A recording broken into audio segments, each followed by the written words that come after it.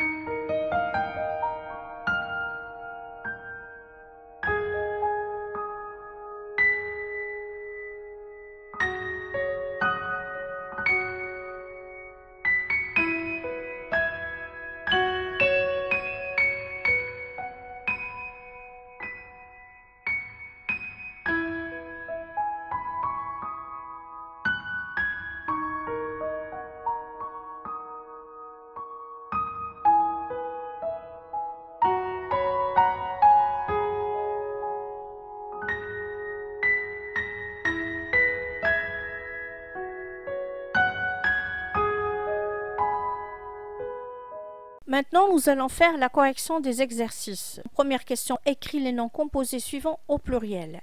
Mon frère aîné collectionne les timbres-poste depuis de longues années. Alors, le nom timbre-poste se compose de deux noms. Le premier nom prend S, poste reste invariable, car on dit les timbres de la poste. Deuxième phrase, la fête des grands-pères existe depuis des années. Alors, grand-père, adjectif plus nom, les deux s'accordent. Phrase 3. J'apprécie le travail des sapeurs-pompiers. Alors, sapeurs-pompiers, nom plus nom, les deux noms s'accordent. Phrase 4. Les coffres-forts sont fermés. Alors, coffre, c'est un nom et fort adjectif, les deux s'accordent. Phrase qui suit. Les chauves-souris volent toute la nuit. Alors, chauve et souris, adjectif plus nom, les deux s'accordent. Les sages-femmes, adjectif plus nom, les deux s'accordent. Et en fin de compte, on a les gratte-ciel. Gratte, c'est le verbe et ciel, c'est un nom. Normalement, quand on a un verbe et un nom, le nom s'accorde. Mais ici, on a gratté le ciel. Il n'y a qu'un seul ciel. Donc, le nom ciel reste invariable. Bien, mes enfants, nous allons passer maintenant pour faire la dictée. La lecture. D'abord, je vais lire le texte. Les livres m'ont toujours fascinée. Toute petite déjà, je passais des journées entières à la bibliothèque de mon quartier, à feuilleter divers volumes, dont certains, je l'avoue, ne convenaient pas tout à fait aux jeunes de mon âge. Par exemple, des auteurs comme Balzac et Émile Zola. Je ne saisissais que partiellement ce qui pouvait animer quelques personnages. Les quelques mots qui ne m'étaient pas familiers freinaient fréquemment ma lecture. J'avais le choix. Ou je continuais et demeurais dans l'ignorance, ou je plongeais dans un dictionnaire et voyais mes efforts récompensés. Plus tard, mon penchant pour la lecture ne s'est pas démenti, au contraire, il s'est accru. En fait, je suis devenue une boulimique invétérée de récits de fiction. Quelle que soit l'heure, quel que soit l'endroit, rien ne peut m'empêcher de m'adonner à mon vice préféré. Les 150 livres que j'avais lus forment un gratte-ciel et restent gravés dans ma mémoire. Comment pourrais-je survivre sans être bercé par ce bonheur que me procure la lecture? Alors, les compétences à viser et à revoir dans cette dictée, les accords, accord participe passé, accord sujet-verbe, accord des adjectifs et accord des noms composés. On commence par les accords du participe passé. Regardez bien. Nous avons les accords avec l'auxiliaire avoir. Les livres m'ont toujours fasciné. Le participe passé fasciné prend les marques du féminin singulier. Il s'accorde en genre et en nombre avec le COD qui est placé avant le verbe sous forme d'un pronom qui est M'. Donc le participe passé employé avec l'auxiliaire avoir s'accorde en genre et en nombre avec le COD si celui-ci est placé avant le verbe. C'est la règle. Nous passons maintenant à la deuxième phrase. Les 150 livres que j'avais lus. Le participe passé le s'accorde avec les 150, c'est-à-dire il prend les marques du masculin pluriel. Le participe passé le s'accorde avec le COD qui est les 150 livres placés avant le verbe. Maintenant, nous allons voir l'accord des participes passés avec l'auxiliaire être. Phrase 1. Mon penchant par la lecture ne s'est pas démenti. Le participe passé démenti du verbe se démentir, c'est un verbe pronominal. Donc, le participe passé des verbes pronominaux s'emploie avec l'auxiliaire être. Il s'accorde en genre et en nombre avec le sujet. Il s'est accru, de même. Puis on a je suis devenu. Le participe passé devenu prend les marques du féminin singulier. Il s'accorde en genre et en nombre avec je qui est une petite fille. Deuxième compétence à viser dans ce texte de dictée, les accords sujet-verbe. Les verbes sont employés dans ce texte à la première personne du singulier, à la troisième personne du singulier et à la troisième personne du pluriel. Nous allons passer au texte pour voir les accords déjà cités préalablement. Nous commençons par les verbes qui sont conjugués à la première personne du singulier.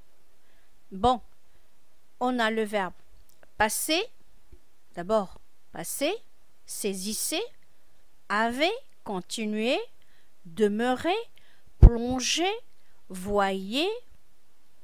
Ce sont des verbes qui sont conjugués à l'imparfait, à la première personne du singulier. Puis on a à vous et suis.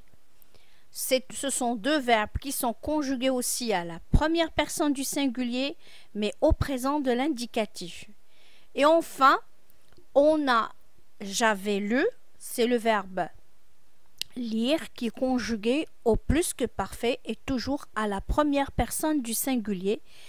Et enfin, on a pourrait, c'est le verbe pouvoir conjugué au conditionnel présent, toujours à la première personne du singulier. Maintenant, nous allons passer pour voir les verbes qui sont conjugués à la troisième personne du singulier et qui sont bien évidemment écrits en jaune. On a pouvait, c'est le verbe pouvoir à l'imparfait, et démenti, c'est le verbe se démentir au passé composé. Alors soit ici, c'est le verbe être conjugué au subjonctif, peut, le verbe pouvoir conjugué au présent, et procure, le verbe procurer au présent aussi de l'indicatif. À la fin, nous allons voir les verbes qui sont conjugués à la troisième personne du pluriel et qui sont écrits en rouge. On a on fasciné, convenait, était, freiné, forme et reste. Bien, nous avons terminé avec les accords sujet et verbe. Nous passons maintenant pour les accords des adjectifs qualificatifs. On a des adjectifs qualificatifs et on a aussi des participes passés employés comme adjectifs. On a des journées entières. Entière, c'est un adjectif qualificatif, est employé à la troisième personne du pluriel, au féminin.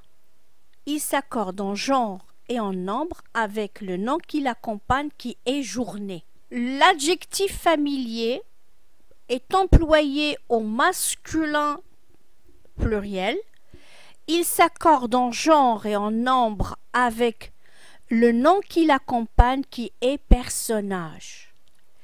Et puis on a préféré. L'adjectif préféré est employé au masculin singulier. Il s'accorde en genre et en nombre avec le nom qui l'accompagne qui est vice. Puis, on a le participe passé employé comme adjectif qui est gravé. Il est employé au masculin pluriel. Il s'accorde en genre et en nombre avec le nom qu'il accompagne qui est livre. Et à la fin, on a bercé, le participe passé bercé employé au féminin singulier. Il s'accorde en genre et en nombre avec je. Et je, c'est une petite fille qui parle dans le texte. Nous avons terminé avec les accords des adjectifs qualificatifs et nous passons maintenant pour voir le pluriel des noms composés. Dans le texte, le seul mot qui est composé, c'est gratte-ciel. Gratte-ciel, c'est un nom composé qui se compose du verbe gratter et d'un nom ciel. Le pluriel, c'est des gratte-ciel. Gratte, le verbe ne change pas, par contre le nom si, mais ici c'est pas possible. Pourquoi? Parce qu'on n'a qu'un ciel dans le monde entier. Merci mes enfants d'avoir suivi ce cours de consolidation et de correction de dictée du confiné. Au revoir et à la prochaine séance.